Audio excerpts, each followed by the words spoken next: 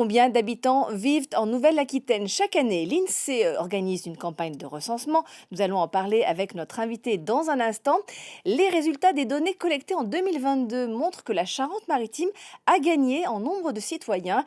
C'est le cas notamment dans la plaine d'Aunis, aux portes de La Rochelle, où la population a doublé en 6 ans. Hélène Galliana et Augustin Guillot.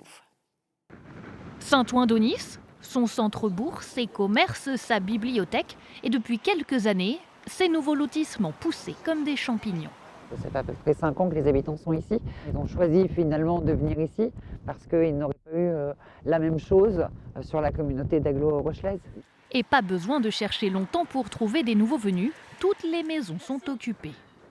C'est grand, c'est relativement calme. La qualité de vie est vraiment meilleure. Et aussi l'ensoleillement, aussi, les gens sont plus agréables aussi, il faut le dire. C'est vrai. Et oui, vivre ici, c'est agréable. Ces dernières années, ils sont nombreux à avoir partagé ce point de vue. La Charente-Maritime compte 683 710 habitants, soit 23 000 de plus qu'en 2016. Une croissance plus flagrante sur la plaine d'Aunis, alors pour ces communes, il a fallu repenser les équipements municipaux. Tout cet espace-là, il a été créé donc en 2015, ouverture de l'école maternelle, qui est aussi le centre de loisirs. Et ce n'est pas fini, chaque année un peu plus, la commune s'élargit. Et la commune de Saint-Ouen-d'Aunis fait partie des pôles émergence. Il reste un lotissement en cours de réalisation au sud de la commune. Dans les projets futurs, il y aura vers l'église des terrains à bâtir, mais aussi effectivement ce pôle pour une résidence senior valide. Il faut loger tout le monde, mais cela peut vite tourner au casse-tête. L'exemple est encore plus flagrant à Ferrières. En 2016, 877 personnes vivaient ici. En 2022, la commune compte 1459 habitants. La population a presque doublé. On avait dit, bon, si on lance une zone commerciale, il faut au moins qu'on ait 1500 habitants, que ça soit rentable, quoi. Quand on a vu comment la population est arrivée, alors là, on s'est dit, faut qu'on fasse quelque chose, faut qu'on mette des terrains, quoi. Et là, maintenant, on est bloqué, on n'a plus un terrain.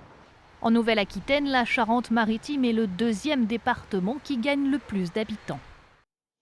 Bonjour Jérôme Borelli. Bonjour à vous, Vous bonjour à tous. êtes le chef du service statistique à l'INSEE de Poitiers. Alors je disais, la campagne 2025 du recensement démarre jeudi. Qui est concerné concrètement? Alors, qui est concerné? Alors, ça va dépendre dans quelle commune vous habitez. Si vous habitez dans une commune de plus de 10 000 habitants, il y en a 13 en Poitou-Charentes, vous serez informé par votre commune que vous êtes recensé, ça correspond à 8% des logements. Et dans les communes de moins de 10 000 habitants, tous les habitants, dans une commune sur 5 est concernée, et dans ces communes-là, tout le monde est recensé. Alors finalement, en faisant un recensement parcellaire chaque année, à quel moment avez-vous une vision complète de la population? Alors, on diffuse des données tous les ans, qui sont actualisées avec les 5 dernières années du recensement, mais y compris celle qui vient d'avoir lieu quelques mois auparavant. Comment se passe ce recensement? Ça se passe en ligne? C'est du porte-à-porte? Comment fait-on? Alors les deux, mais le plus simple et de très loin, c'est de répondre par Internet.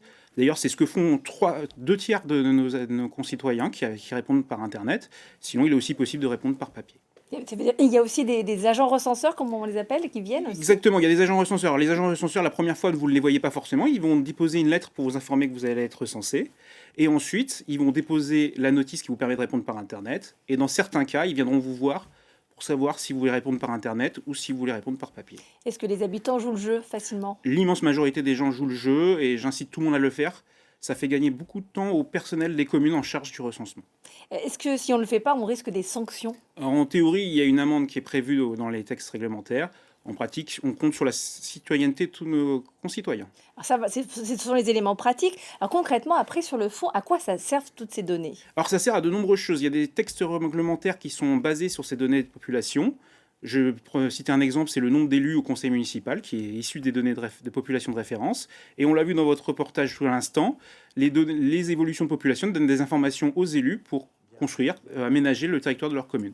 Les entreprises aussi sont intéressées en général? Tout à fait, les entreprises peuvent être intéressées, par exemple, pour mener une étude de marché quand un commerce veut s'installer dans une zone. Surtout que toutes ces données elles sont accessibles à tout le monde? Alors, toutes ces données et plein d'autres produites par l'INSEE sont accessibles sur notre site internet et sont disponibles vraiment pour l'ensemble des habitants de France et même de l'étranger.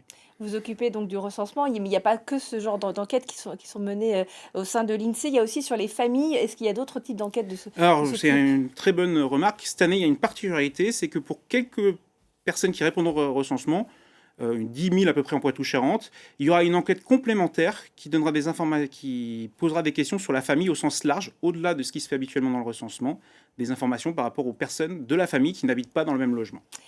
Il faut être en tout cas attentif en tout cas à ce qui va se passer dans nos boîtes aux lettres, en tout cas à partir de jeudi. Merci beaucoup Jérôme Borelli d'avoir accepté notre invitation.